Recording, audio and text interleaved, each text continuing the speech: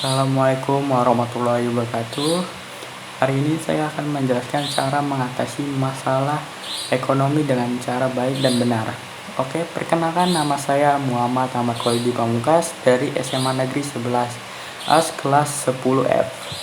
Tujuan pembelajaran kali ini, dengan mempelajari bab ini, kita harus mampu menentukan pilihan yang tepat, memanfaatkan biaya peluang, menentukan skala prioritas, dan mengelola keuangan. Menjelaskan cara-cara mengatasi masalah dan ekonomi mikro, menjelaskan cara-cara mengatasi masalah ekonomi makro, dan menjelaskan sistem-sistem ekonomi sebagai solusi masalah ekonomi.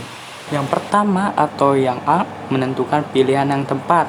Gimana sih cara menentukan pilihan yang tepat? Untuk mengatasi kelangkaan, setiap orang harus menentukan pilihan yang tepat dan paling menguntungkan, karena kelangkaan manusia harus memiliki kebutuhan yang paling penting. Pilihan terbaik memberi manfaat paling besar dengan pengorbanan paling kecil. Selanjutnya, yang B, memanfaatkan biaya peluang. Biaya peluang adalah segala sesuatu yang dikorbankan untuk mendapatkan sesuatu. Biaya peluang, nilai dari pilihan yang dikorbankan untuk mendapatkan pilihan lain. Jadi, setiap keputusan punya konsekuensinya. Contoh, memilih kuliah. Biaya peluangnya adalah gaji yang bisa kita dapat jika bekerja. Jadi, biaya peluang dapat menjadi dasar pilihan kita. Selanjutnya, C. Skala prioritas dan pengolahan keuangan. 1. Skala prioritas. Kebutuhan yang paling lebih penting harus didahulukan daripada yang kagak terlalu penting. Pemenuhannya daripada kebutuhan lainnya. Prioritas 1 itu kebutuhan primer, kebutuhan sekarang.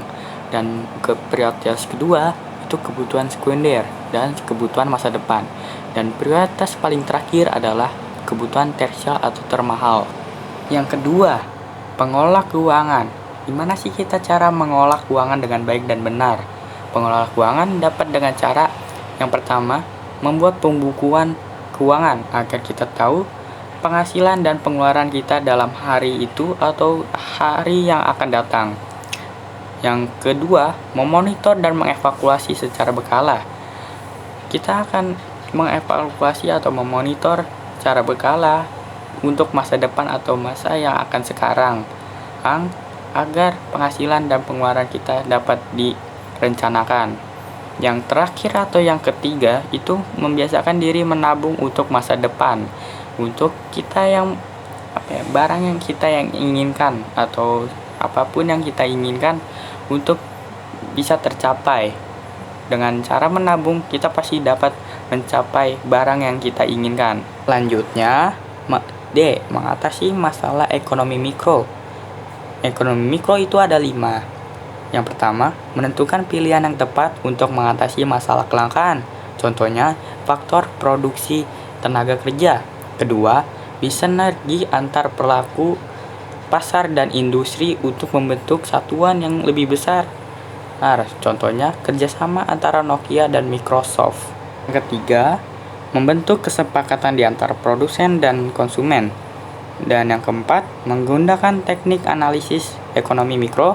Dan yang kelima atau yang terakhir, pemanfaatan analisis biaya peluang dalam rangka menentukan pilihan. Nah, yang E, mengatasi masalah ekonomi makro. Ekonomi makro hanya ada 3, beda dengan ekonomi mikro yang ada 5. Oke, yang pertama itu kebijakan moneter. Kebijakan moneter itu kebijakan yang dirancang pemerintah dalam rangka mempengaruhi jumlah uang yang beredar untuk memperbaiki kinerja perekonomian. Contohnya, penurunan suku bunga atau penurunan bunga uang. Yang kedua, itu kebijakan fiskal. Kebijakan yang bertujuan untuk mengaruhi jumlah pengeluaran dan penerimaan pemerintah. Contohnya sektor perpajakan atau sebagainya. Yang ketiga atau yang terakhir itu kebijakan dengan arah harga barang murah dan bermutu. Kebijakan dengan arah harga barang murah dan bermutu. Contohnya, pemerintah menyediakan infrastruktur jalan yang lebih baik. Seperti jalan raya yang berlubang itu harus diperbaiki agar tidak ada kecelakaan mobil atau kendaraan lain. Selanjutnya yang F, sistem ekonomi sebagai solusi masalah ekonomi. itu ada 4. Yang pertama, sistem ekonomi tradisional. Sistem ekonomi yang diterapkan oleh masyarakat tradisional. Ciri-cirinya, teknik produksi yang dipelajari secara turun-temurun, modalnya sedikit, pertukaran yang dilakukan dengan sistem barter, belum mengenal pembagian kerja, dan terikat tradisi. Tanah merupakan tumpuan kegiatan produksi dan sumber kemakmuran. Selanjutnya yang kedua itu sistem ekonomi komando.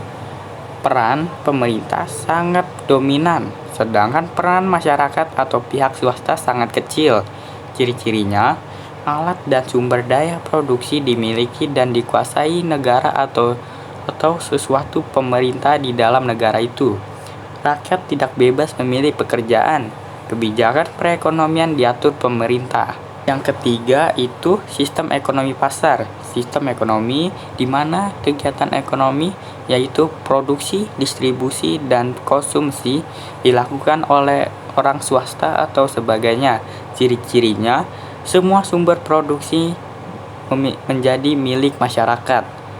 Pemerintah tidak ikut campur tangan secara langsung dalam kegiatan ekonomi. Masyarakat terbagi atas 2 golongan, yaitu pemberi kerja dan penerima kerja. Timbul persaingan dalam masyarakat. Setiap kegiatan ekonomi didasarkan atas pencarian keuntungan. Kegiatan ekonomi selalu pertimbangan keadaan pasar. Yang terakhir atau yang keempat itu sistem ekonomi campuran. Sistem ekonomi di mana pemerintah dan swasta saling berinteraksi dalam memecahkan masalah ekonomi. Orientasi sistem pasar beberapa negara. Contohnya, Kuba sebagai perekonomian komando, terus ke Cina, terus ke Hungaria, terus ke Swedia, terus ke Inggris, dan ke Amerika sampai ke Hong Kong sebagai perekonomian pasar bebasnya.